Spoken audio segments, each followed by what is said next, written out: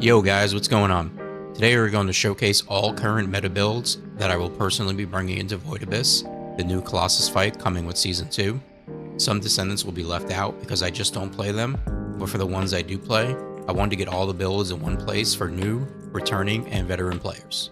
This is all speculation, since I don't really know what the fight is like, but I do believe this is the meta going into Season 2 for bossing, which is a shield meta for the most part.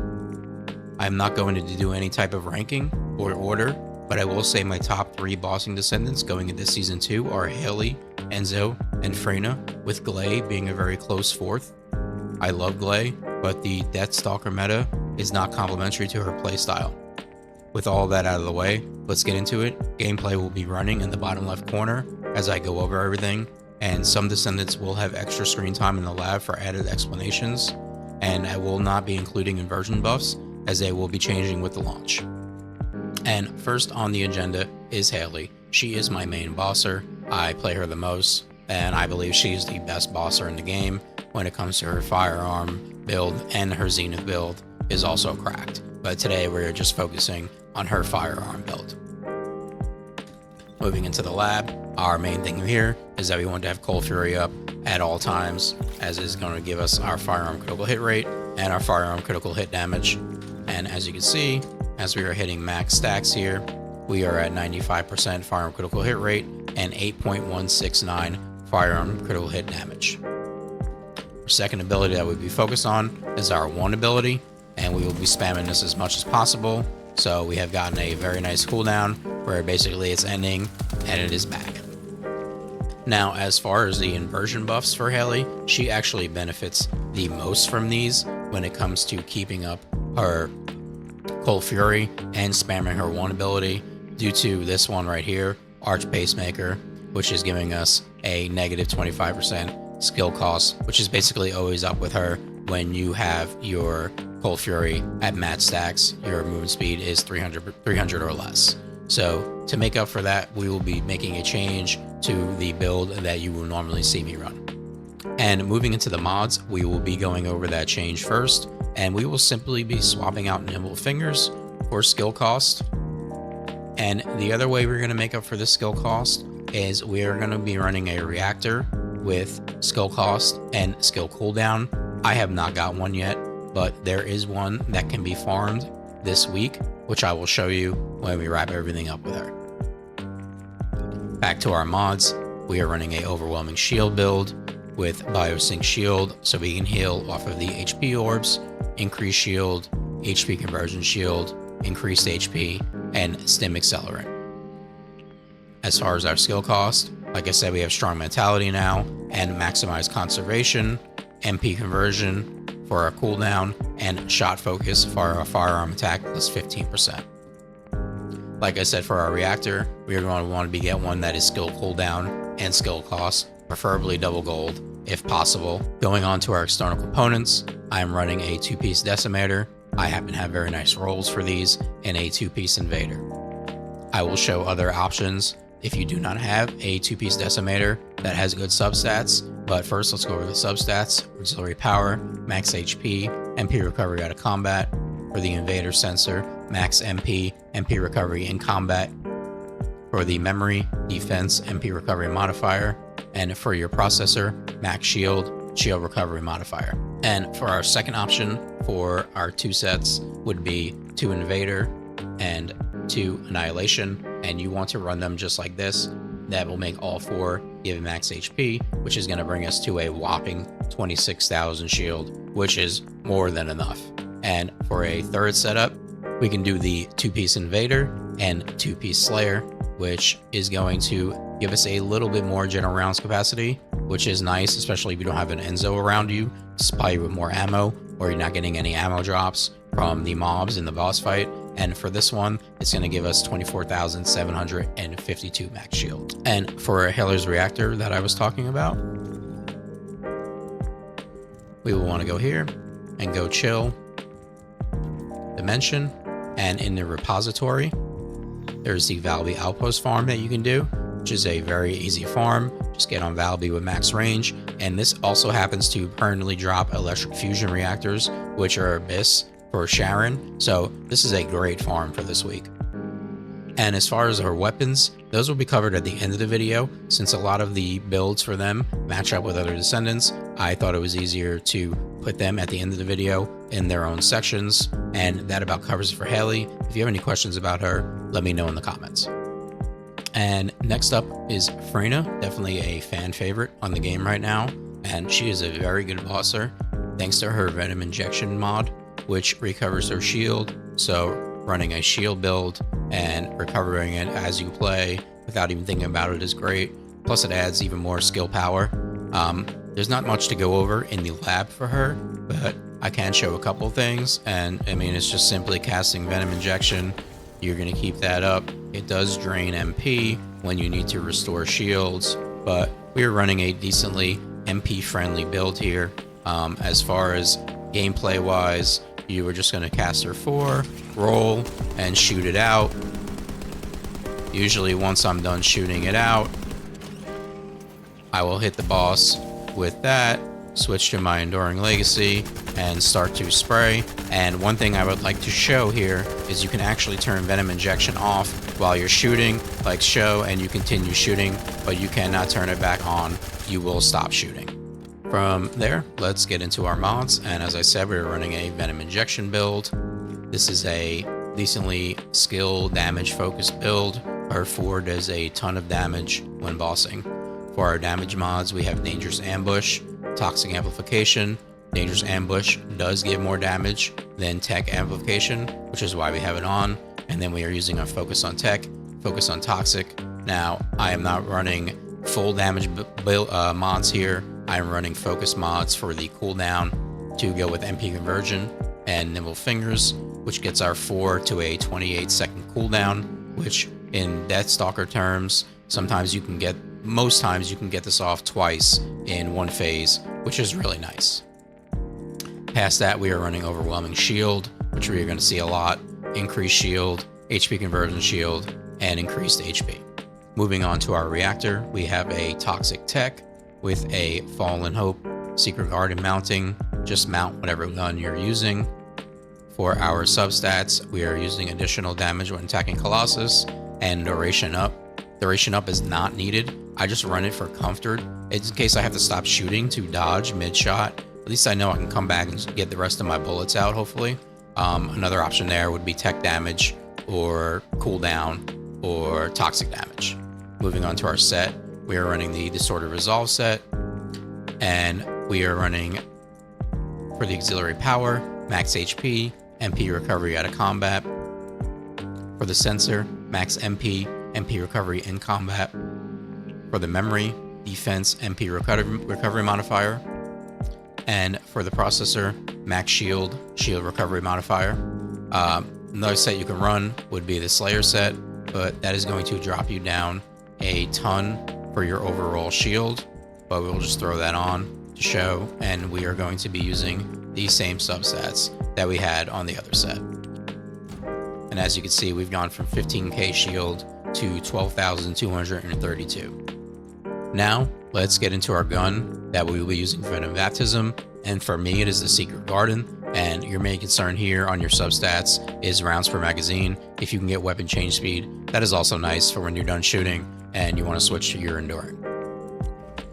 As for the mods, we are only concerned about 4 mods when it comes to our Venom Baptism: Sharp Precision Shot, Fire Rate Up, Expand Weapon Charge, and Compulsive Magazine. That is the only 4 mods you need, as those are the only 4 mods that will affect the gun. I just happen to have my Secret Garden built, so I have other mods in here. As for our Enduring Legacy, that will be covered at the end of the video. It will have its own section, along with some other guns. That covers everything for Freyna. Any questions about her, let me know in the comments.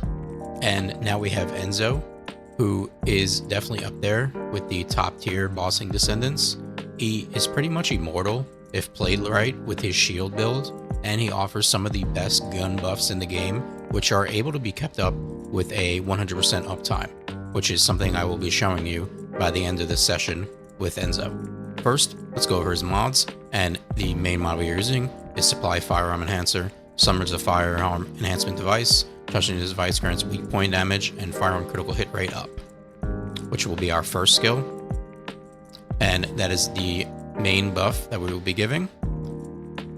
Another power we will be working on is Enhanced Combat Suit, which is going to heal our shield. It gives you an initial shield recovery of 25% and a continuous shield recovery of 6%.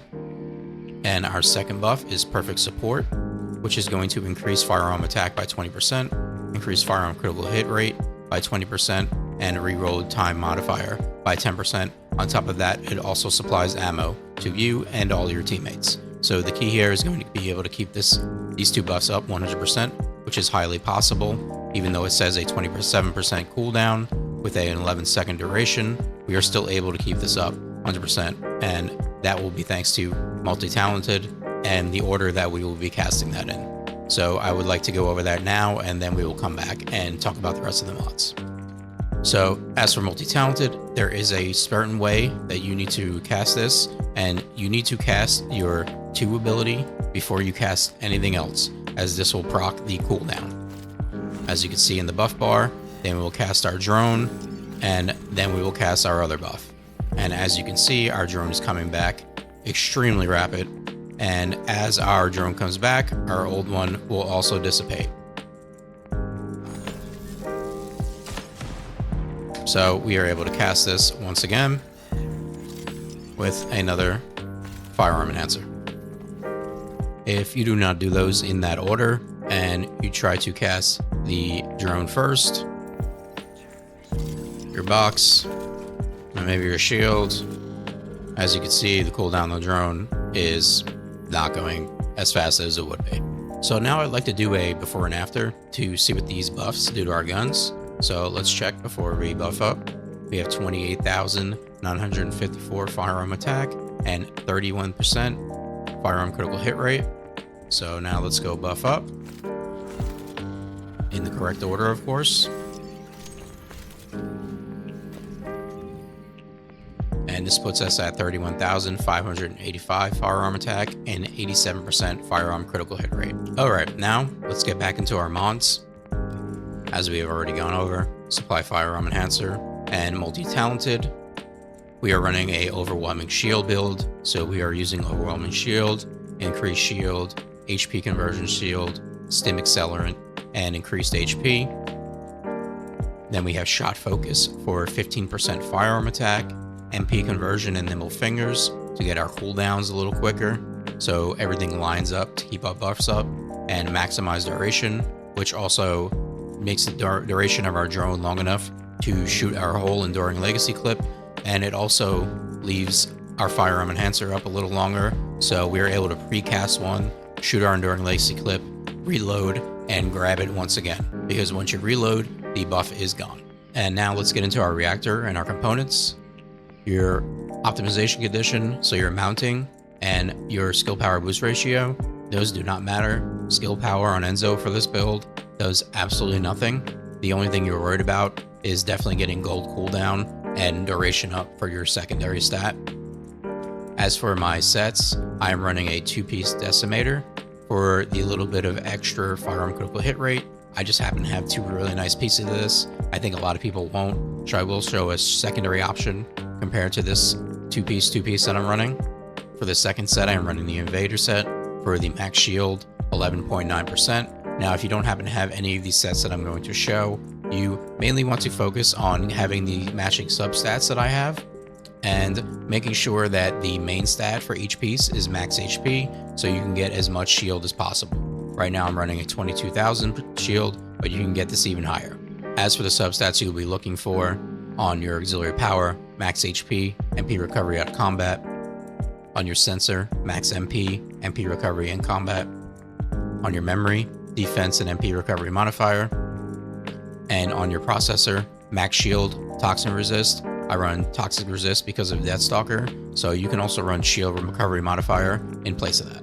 As for the second setup of 2-piece sets that I would run would be the 2-piece Invader, and you're going to want them for your auxiliary power and your sensor, and 2-piece Annihilation, which is nice for the duration for your drone and your Firearm Enhancer, and you want the Annihilation memory and the Annihilation processor. These all give us HP, which is getting us now to 25,000 shield, which is very, very comfortable.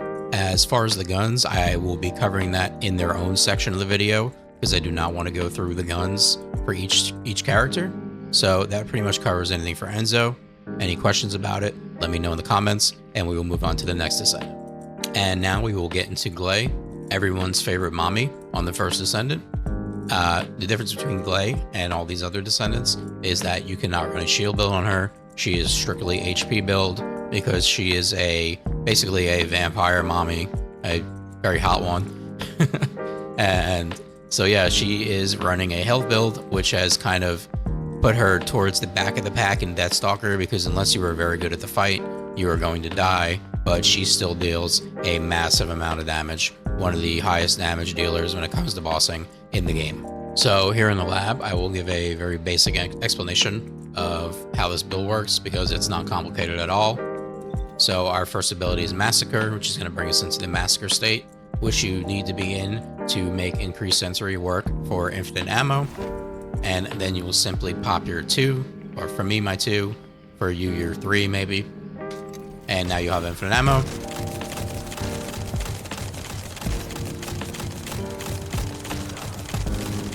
And it's back, and we're still shooting. Once again, we'll cast and continue shooting. And as you can see, that is just nuts.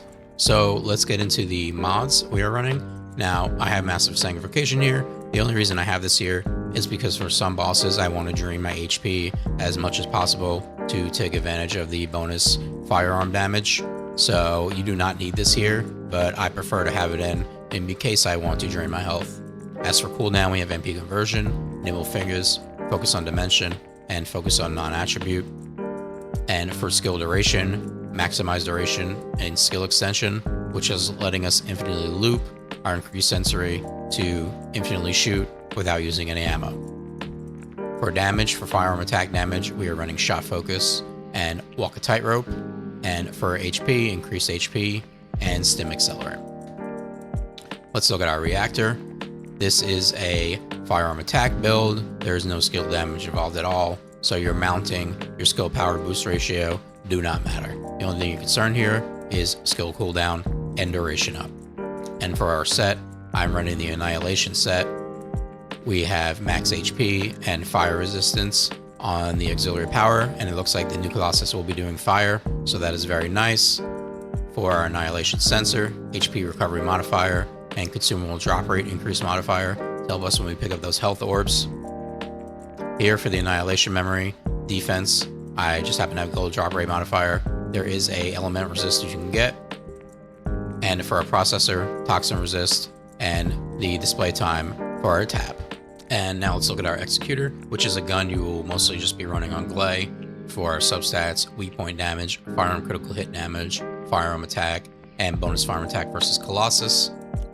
Into our mods, we have a real life fighter build. We have Shell Up, which reads as shell capacity plus 33%. This is not for more ammo. This is for more pellets in the shots that we shoot. As for our other mods, we are focused on weak point and critical hit damage, because the unique ability, we do not need to add any more critical hit chance. Shooting the gun and landing pellets will get you to 100% critical hit chance. And then we have our 1 slot for an elemental mod. I happen to have a couple slotted in with catalysts, but if you do not, you can simply level them up 1 below the max level, and they will fit just fine with this build, like so. And now we will move on to our Enduring Legacy, which I do run a little bit differently when it comes to Gley. I run a mental focus build with her, and basically I just hold down the trigger, and when you can hit increased sensory to keep shooting, and you do not lose mental focus. You can also roll and continue shooting right after, and you will also not lose mental focus. And that covers everything for my Gley Firearm increased sensory build. Any questions about it, let me know in the comments. You know, she wasn't a star in Stalker, but I think going into the next Colossus, she will do very well.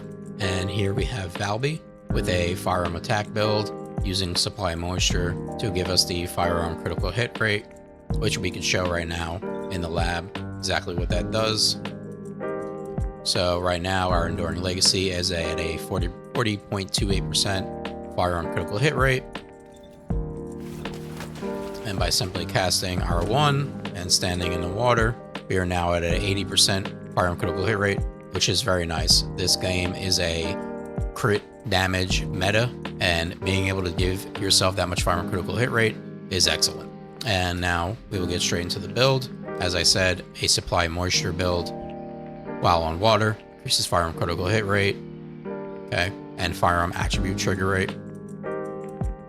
We're using shot focus. This is also a shield build where we have overwhelming shield, and a little differently than some of the other shield builds that heal themselves. We also have biosync shield, which when picking up an HP orb will convert that into shield recovery for us.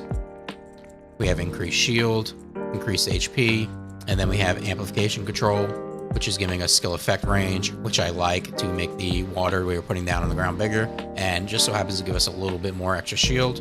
And then we have stim accelerant.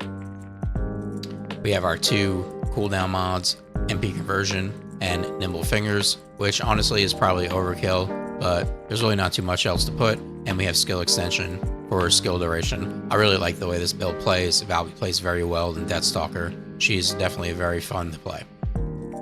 Moving on to our reactor, we have a non-attribute dimension reactor with our Enduring Legacy mounting, and I like to have cooldown and duration up because I want to make sure I have my waterways up as much as possible, so I keep that firearm critical hit rate up as much as possible. As for a set, once again, I'm running a Decimator Invader half and half. There is other options, which I will show. First, let's go through the substats we are looking on each of our pieces. Auxiliary power, max HP, MP recovery out of combat.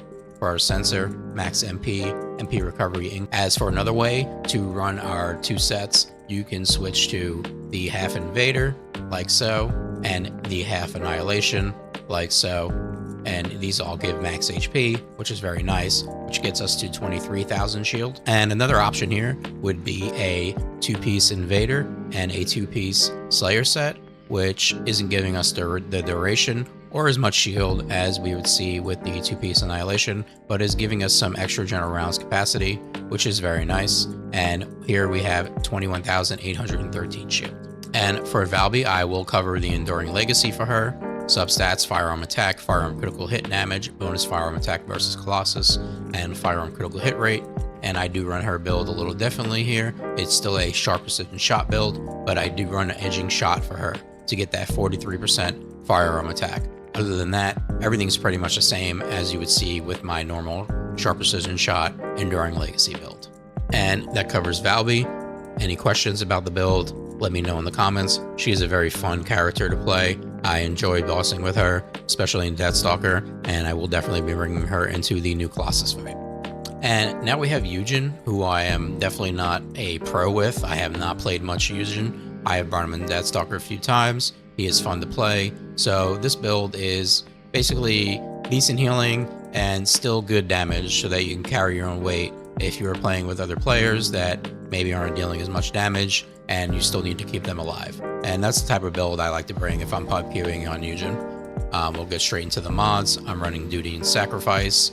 This is a overwhelming shield build, stim accelerant, increased HP, increased shield, and then we are running Passionate Sponsor for the firearm attack, which we are getting when buffing allies, which we are doing pretty much at all times, and shot focus for a firearm attack plus 15%. And then I have MP conversion, nimble fingers, focus on non-attribute, and focus on fusion to keep our cooldowns nice and low.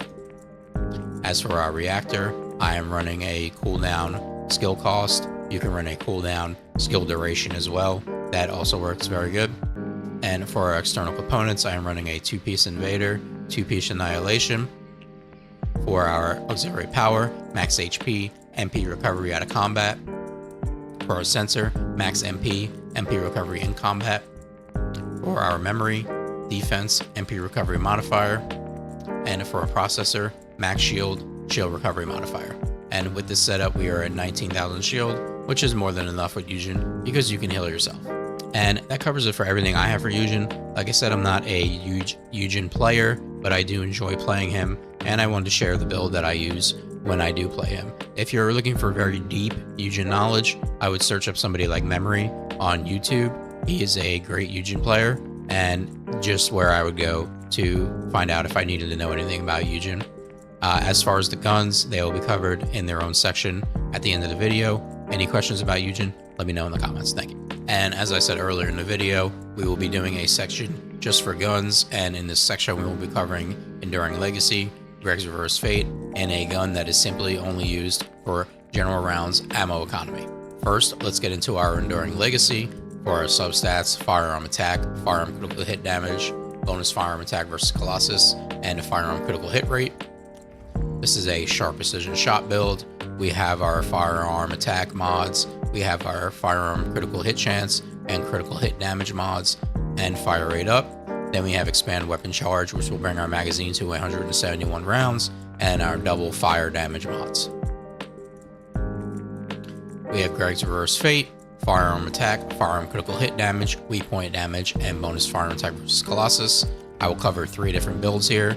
This is a Fire Conductor build with a bunch of weak point mods and our Critical Chance, Critical Damage, and Firearm Attack mods. Then we have a Mental Focus build, which I will use on Gley, which is simply just swapping Fire Conductor for Mental Focus, and the same thing with Analysis Master if you are running with a group and wanting to do a Firearm Critical Hit Resistance debuff, you will want to put this on. And for our third weapon, we are using the Red Wolf. The reason for this is because the rounds per magazine are the lowest, and is also a light weapon. We are running Firearm Fiesta, which can be utilized. You will pull this weapon out, you will shoot a bullet, reload, and then you don't waste ammo for 3 seconds. In that time, you can switch to Enduring Legacy and get about 2.5 seconds of shooting without wasting ammo, which is also going to build your sharp precision shots mod up quicker to make it last longer, deeper into the magazine. You know what I'm saying? I probably didn't make any sense there, but you know what I'm saying. As for the ammo economy, you want General Rounds Compulsive, which is max general rounds plus 60%, max general rounds plus 50% with Expand General Magazine, and normal special rounds refining, which is what it sounds like. When you pick up special rounds, you get general rounds. Well, that covers everything I got for you guys when it comes to bossing going into Season 2. This is for the most part firearm focused builds, but I will be trying more skill damage builds and posting those builds if they work well. Just have to see what the fight is like. Hope that helps with your builds. This is definitely the longest, most detailed video I've done yet. Any questions or suggestions about the builds, please let me know in the comments. Like and subscribe is greatly appreciated. You can also find me over on Twitch. I will be streaming non-stop with the season launch. Link is down in the description. Thanks guys. Peace.